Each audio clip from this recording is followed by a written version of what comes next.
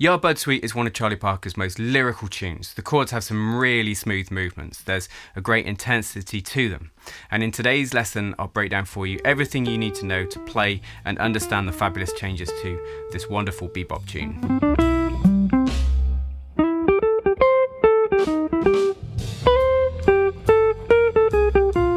Yardbird Suite was written by Charlie Parker in 1946. It's in AABA 32-bar form and is in the key of C major. And it's perhaps one of the more tuneful bebop melodies, so it's a great one to start with if you've not yet studied any tunes from that style. Now I'll cover the basic changes here today, and to play those you're going to need the following chords, and I like these voicings for it to flow well on the fretboard. C6,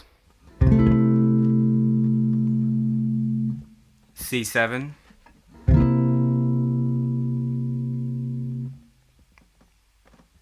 D7, D minor 7,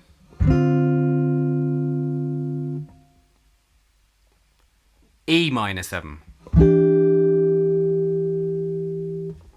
E minor 7 flat 5, F minor 7, F sharp minor 7 flat 5,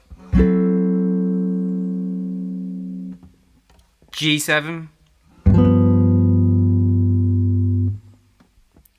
A7, B flat 7, and B7. Now you can get all of today's lesson resources on the lowest tier of my Patreon page, the supporter tier. This also gives you access to my chord melodies, as well as PDFs from YouTube videos and Making the Changes Season 2. Now to give you a sense of what we're learning, let me play through the changes once for you to get a sense of the form and the harmony.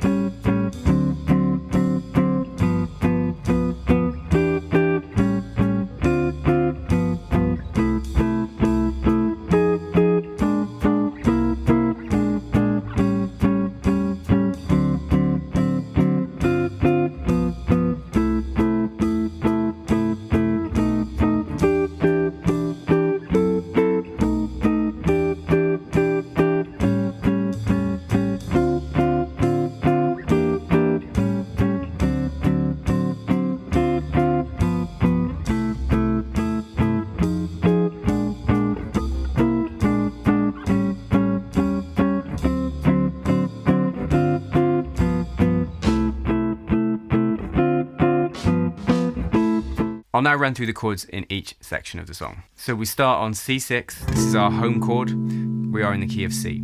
We then move quite quickly away from that with this 2-5, F minor 7, B flat 7, which neatly leads us back to C, but as a dominant, to C7. We then move down by a tone to B flat 7, which chromatically leads us to A7, giving us the opening 4 bars. So C6,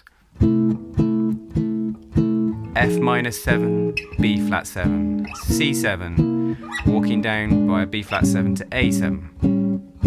So C6, F minor 7, B flat 7, C7, B flat 7, A7. Now that A7 sets us up to go to D7 for a bar, which sets up G7. Now that's the all-important dominant chord in the key of C. So what chord do we get next? Well, you'd expect C. You think 2-5-1 in C, D minor 7, G7, C. But a great sub for C is to go to E minor 7. So that's where we're going to land. So we get very classic chord sub, which I'll break down later. And then we go E minor 7 to A7, followed by D minor 7 to G7. So there's a nice sense of movement at the end of that first A section. Let's piece that together slowly. We've got C6 for a bar, F minor 7, B flat 7, C7, B flat 7, A7, D7, G7, then this quick turnaround, E minor 7, A7, D minor 7, G7. That's the opening A, so A1, 8 bars.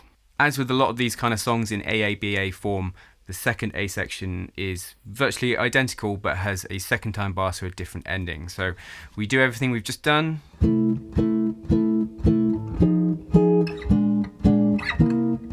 And it changes after the G7. D7, G7. This time we go to C6 for 1.5 bars before finishing on a chord that will lead us to the B section. We finish with 2 beats of a B7, and you can hear that chord's leading us somewhere. Let me play A1 and A2 for you together. So 1, 2, 1, 2, 3, 4.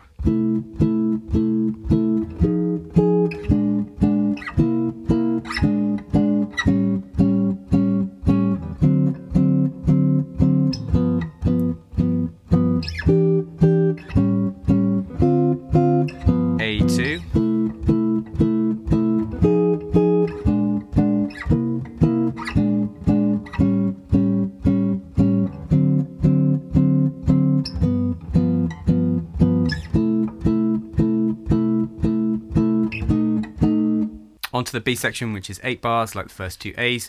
The B7 at the end of that A section leads us very neatly to E minor 7 for a bar. We then go F sharp minor 7 flat 5 B7 back to E minor 7 for A7, giving us the opening 4 bars of the B section being E minor, F sharp minor 7 flat 5 B7, E minor, A7. Now hopefully you can hear this first few bars of this B section is quite a departure from the A section. Not drastic, but the A section has that major kind of quite uplifting, bright mood to it. This has a minor feel to it, obviously with the emphasis on that E minor. As with most B sections, the last 4 bars of this B section, they're going to be about getting us back to the C chord to do A3. So that A7 leads us to D minor 7 before we go E minor 7 flat 5, A7, D7 for a bar, D minor 7, G7, giving us the following B section.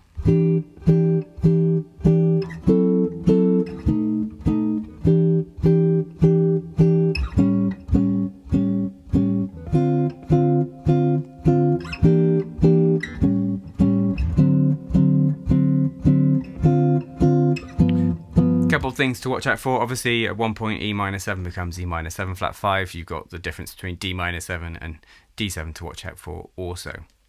A3 is the same as the previous A sections with a slightly different ending. So we run through the usual chords and resolve to C6, but if you're finishing the song, you'd finish on the C6. If not, you'd play the D minor 7 and G7 here, as they would help signal that we're going back to the start. So A3 goes like this. All the same as earlier. But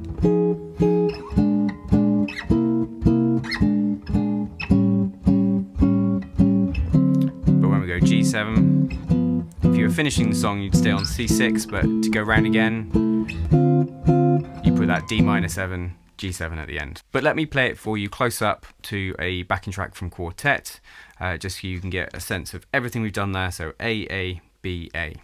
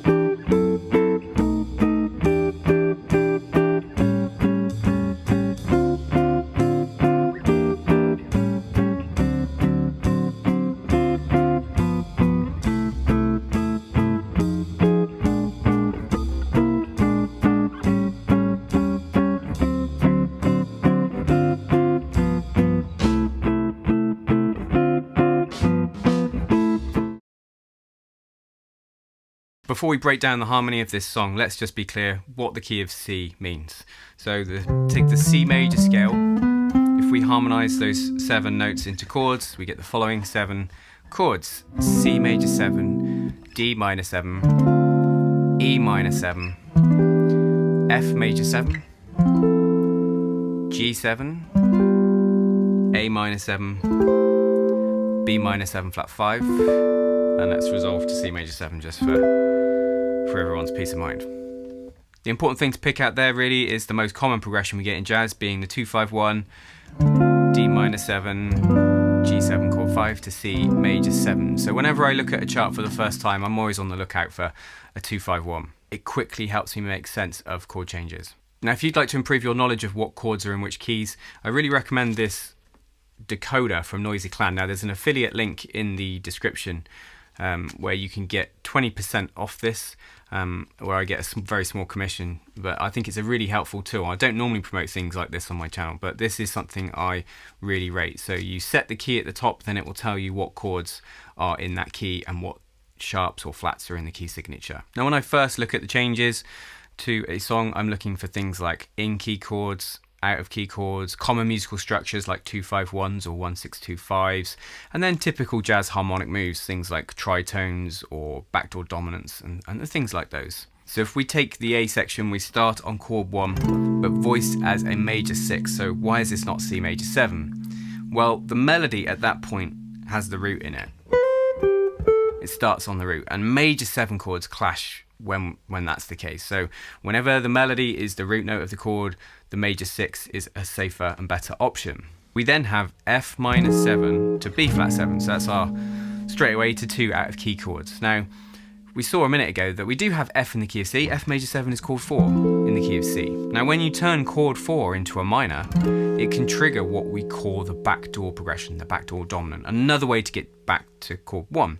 And this is where you use a dominant, a tone below chord 1 instead of the traditional 5 chord, so G7 in this key. So we have this B flat 7, it's a tone below C. And the F minor 7 happens to be the 2 of that B flat 7, with F minor 7, B flat 7 being a 2-5 from the key of E flat, which is where those 2 chords would normally lead us. But here it's used in its backdoor function, resolution back up to C. Now you could either label it as a 2-5 from E flat, you can think of it like that, or you could think of it as 4 minor to the flat 7-7. If you think B is the 7th note of the major scale in C, so B flat would be the flat 7, the minor 7. So minor 4 to the flat 7-7, and giving us the opening 2 bars being starting out on chord 1, and then we return to it via the backdoor dominant. I love how quickly that all happens. We then get chord 1 again, but as a dominant, so it's a bit more bluesy feeling, so chord 1-7, leading us to B flat 7, and this will take us, I'll come back to that, to A7. Now A minor 7 was chord 6, so this is 6-7. Could also be chord the 5 of 2, as it's the dominant of the 2 chord. Now that B flat 7 before, well, it nicely leads us chromatically down to A7, but the dominant that would normally lead us there would be E7. Now for me, this B flat 7 is like a tritone move, tritone sub if you like. Roman numerals wise, it would be the flat 7-7 in this key. Essentially, it gives us this nice chromatically descending move down from 1 down to that A7, the 6th chord, as a dominant. We then get D7, chord 2 is a dominant, so 2-7, or what we could call the 5 of 5, e.g. the dominant of the 5 chord, which leads us finally to the 5 chord in this key, G7, which normally would lead us back to 1, but we move to E minor 7, chord 3. Now, something to know here is that 3, chord 3, the minor 7 in this key, E minor 7, is a great sub for chord 1. For example, what a 2-5-1 normally goes D minor 7, G7, C major. Sometimes you might hear or see D minor 7, G7 to E minor 7, and it works because there's a lot of shared notes. You know, C major 7, C, E, G, B contains 3 notes that we get in E minor 7, E, G, B, D. And what we have essentially is E minor 7 is a rootless C major 9. Next we have A7, so 6-7 again, leading us to finish A1 with your usual 2-5, D minor 7, G7. So those last 4 bars are what we call the 3-6-2-5 turnaround. The 3 to the 6 is a dominant, the D minor 7 the 2, the G7 the 5 to ping us back to the next A. Now, there's a couple ways you can also look at that. You know, E minor 7 to A7 is a 2-5 from the key of D, which is why that D minor works. You know, A7 leads us to that D minor because it's dominant. But either way, it's a neat turnaround. So under the hood there we have lots of secondary dominants, and here's my table of the usual suspects of secondary dominants in the key of C. We have D7, and we've got that A7 as ways to move to chord 5 and chord 2 in this song. Obviously, the harmony-wise, A2 is the same as A1. We just see it out with 5-1, and then another secondary dominant at the end of the A section, B7. We need to know the next chord to make sense of this. This is chord 7 effectively as a dominant, so built off the 7th note of the C major scale, and it leads us to chord 3. So you can think of it as the 5 of 3 in this key. The B section has a minor feel. We've moved to chord 3, E minor 7. We then have the 2 and the 5 from the key of E minor to lead us back, leading us obviously straight back to that E minor 7, chord 3, before picking up 6, 7 again, the A7, which naturally leads us to 2, this time as a minor 7. Then there's this minor 2-5 from the key of D minor, E minor 7 flat 5, D minor. But surprisingly, the next chord's more uplifting. We have 2 as a dominant, so D7 from the key of C. This is the 5 of 5 as it leads us to G7 via 2 as a minor 7, giving us a 2-5 at the end of the B, which leads us home to chord 1 at the start of A3. Now A3 is the same as the other A sections, just with a 5-1 resolve here and the 2-5 at the end to help us get back to the beginning. Now understanding those moves are important. They help us understand the chord movements and can help with soloing, but the key is really to learn to hear those chords where the secondary dominants are leading us, and those are so key to understanding these kind of changes. Now there's a lot packed into this one. 2 terms mentioned today were the backdoor dominant and tritone, so I'll link on the screen to my videos related to those important chord moves because those are essential to understanding jazz standards. As ever, please comment if you have any questions and I'll get back to you, and please check out my Patreon page, link in the description. It's the best way to support the channel and what I do. And you'll find on there today on the Standard Essentials tier a lesson on learning bebop melodies, so I teach this melody, and also a comping lesson for this tune as well, so plenty to help you with Yardbird Suite. Don't forget, jazz guitar lessons here every Monday. Until next time, you take care.